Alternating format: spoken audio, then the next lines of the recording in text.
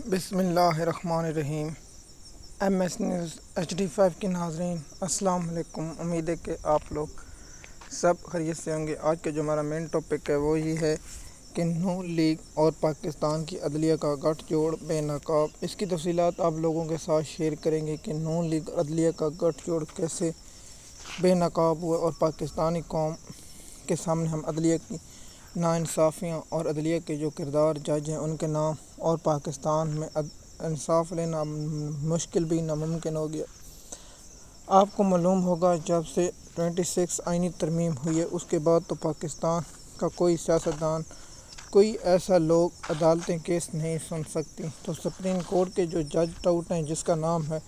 یحییٰ آفریدی، اس نے ایک فیصلہ کیا ہے جو نون لیگ کے حکم پر کیا ہے اور شہباز شریف کے حکم پر کیا ہے۔ مریم نواز کو حکم ہے تو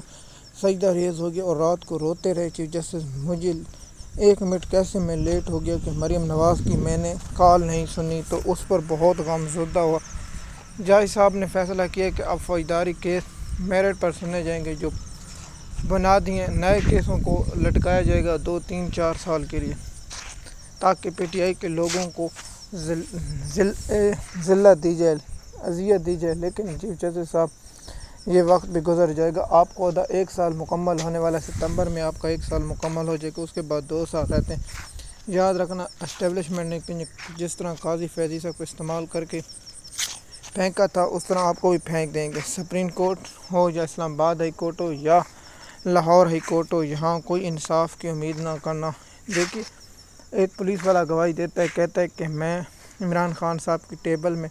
چھپ کر سن رہا ہوں۔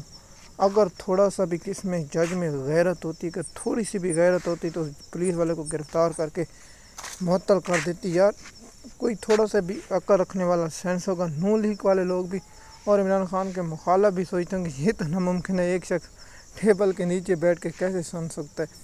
اور یہ کیا ہو سکتا ہے۔ لیکن پاکستان کی عدلیہ ہے تو اسے توقع بھی ایسی کی جا سکتی ہے۔ اور جب عمران خان صاحب کے وکیلوں نے، جب PTI کے وکیلوں نے وہاں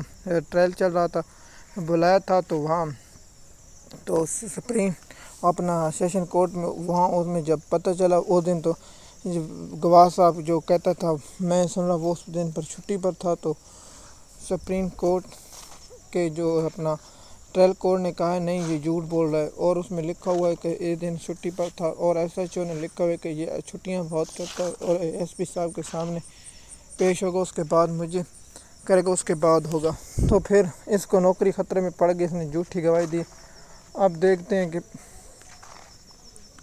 جب عالمی عدالتوں لاہور ہائی کورٹ میں اس کیس کی پینٹ دائر ہوتی ہے، لیکن ابھی تک میں حیران ہوں کہ PTI نے لاہور ہائی کورٹ میں درخواست کیوں نہیں دی۔ اور ان سماعتوں کا مقرر ہونا بھی یہ ہے کہ دسمبر میں زیادہ سے زیادہ 6 ماہ اور 7 ماہ ان لوگوں کو سزا ہو سکتی، اس سے زیادہ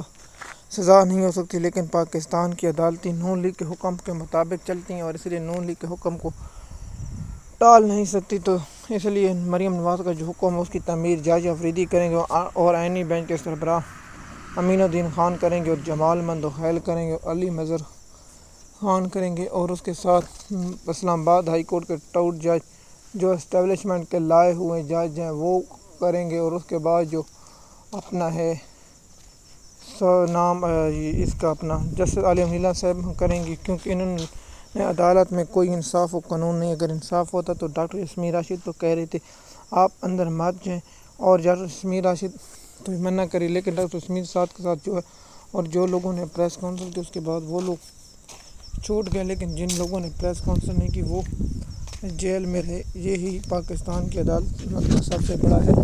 اور آپ کو یہی معلوم ہوگا کہ پاکستان کی عدالت ہو یا سپریم کورٹ ہو، ہائی کورٹ سے کوئی انصاف کی امید نہیں کی جا سکتی۔ کیا ہائی کورٹ نے جو عمران خان کی ضمانتیں مسترد کی ہیں اس پر الگ ٹاپک بنائیں گے۔ نون لیگ اور عدلیہ کا گٹھ جوڑ یہی ہے کہ ان لوگوں نے نہ پاکستان میں انصاف ہونے دیا ہے اور نہ نون لیگ۔ اب دیکھیے اسلام آباد ہائی کورٹ میں جج موجود تھے تو دوسرا جج کیوں لانا پڑا، سب کو معلوم ہے کہ وہ آزاد جج تھے، جسٹس محسن اختر چوہانی اور جسٹس طارق محمود جہانگیر، اور اس کے بعد جو جج سپریم کورٹ میں لایا گیا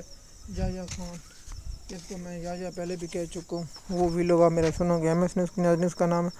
جسٹس میاں گل